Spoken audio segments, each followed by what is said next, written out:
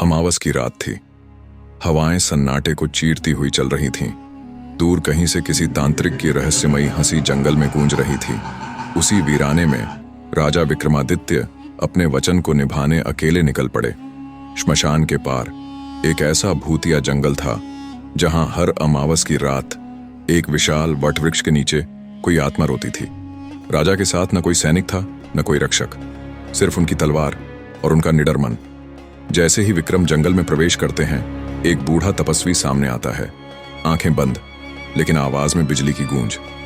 हे राजन, आगे मत बढ़ो, वह वृक्ष शापित है। जो भी वहां गया उसकी आत्मा आज तक लौट नहीं पाई। राजा मुस्कुराते हुए बोले, जो आत्माएं मुक्ति चाहती हैं उन्हें मुक्त करने वाला भी चाहिए। राजा आगे बढ़े और उस प्राचीन वटवृक्ष के पास पहुंचे। वृक्ष की जड़ें जमीन के ऊपर ऐसे निकली थीं मानो किसी को जकड़े हुए हों। चारों ओर सन्नाटा था। तभी अचानक धरती हिलने लगी। एक चीख गूंजी, इतनी भयानक कि पूरा जंगल कांप गया। जमीन फटी और एक झुलसी हुई हथेली बाहर निकली। फिर एक आत्मा प्रकट हुई, लंबे उलझे बाल, जल चुकी त्वचा और जलते हुए लाल नेत्र। मैं चंद्रवर्णा हूं, 100 वर्षों से इस वृक्ष की कैदी। राजन, क्या तुम मुझे मुक्त करोगे?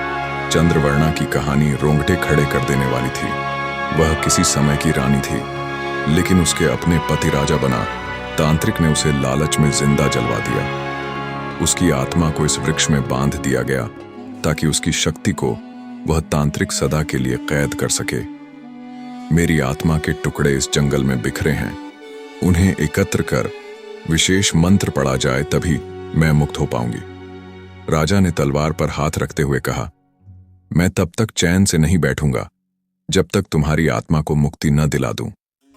राजा ने उस तांत्रिक का पता लगाया। अब वह एक राक्षसी रूप ले चुका था। एक गुफा में वह यज्ञ कर रहा था जिससे वह चंद्रवर्णा की आत्मा को पूर्णतः अपने अधीन कर सके।